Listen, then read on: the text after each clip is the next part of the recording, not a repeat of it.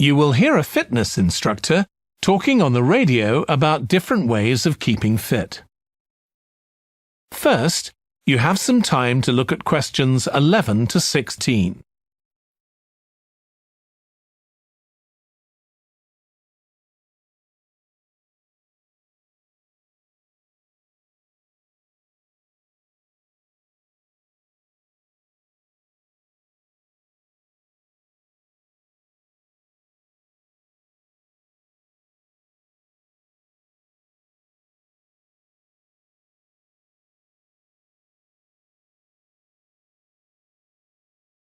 Now listen carefully and answer questions 11 to 16.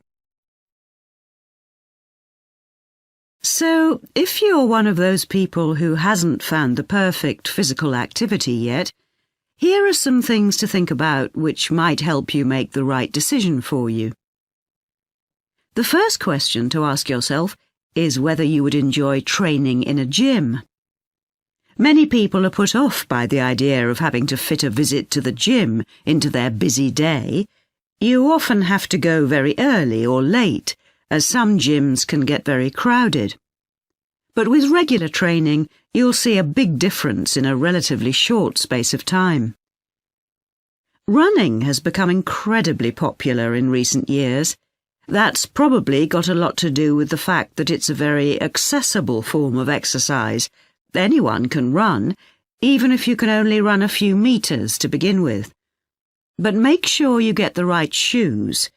It's worth investing in a high-quality pair, and they don't come cheap. Another great thing about running is that you can do it at any time of day or night. The only thing that may stop you is snow and ice. Swimming is another really good way to build fitness. What attracts many people is that you can swim in an indoor pool at any time of year. On the other hand, it can be quite boring or solitary.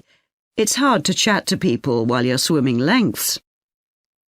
Cycling has become almost as popular as running in recent years.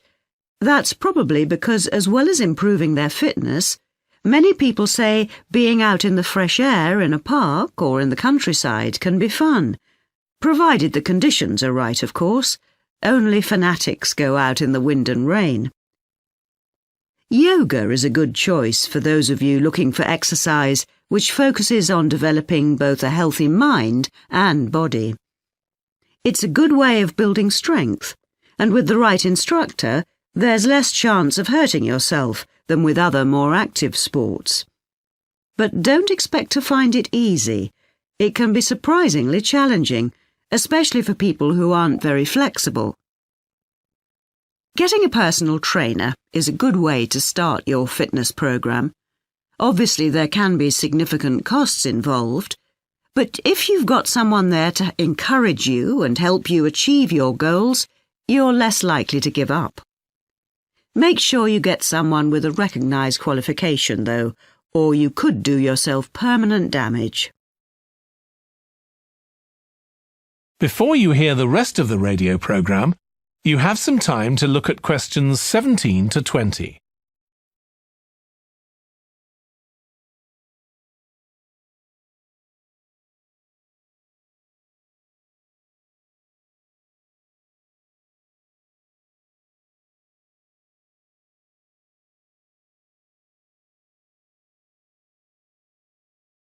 Now listen and answer questions 17 to 20. Whatever you do, don't join a gym unless you're sure you'll make good use of it. So many people waste lots of money by signing up for membership and then hardly ever go. What happens to their good intentions? I don't think people suddenly stop caring about improving their fitness or decide they have more important things to do. I think people lose interest when they don't think they're making enough progress. That's when they give up hope and stop believing they'll ever achieve their goals. Also, what people sometimes don't realize when they start is that it takes a lot of determination and hard work to keep training week after week, and lots of people don't have that kind of commitment. One thing you can do to help yourself is to set manageable goals. Be realistic and don't push yourself too far. Some people advise writing goals down, but I think it's better to have a flexible approach. Give yourself a really nice treat every time you reach one of your goals. And don't get too upset if you experience setbacks. It's a journey. There are bound to be difficulties along the way.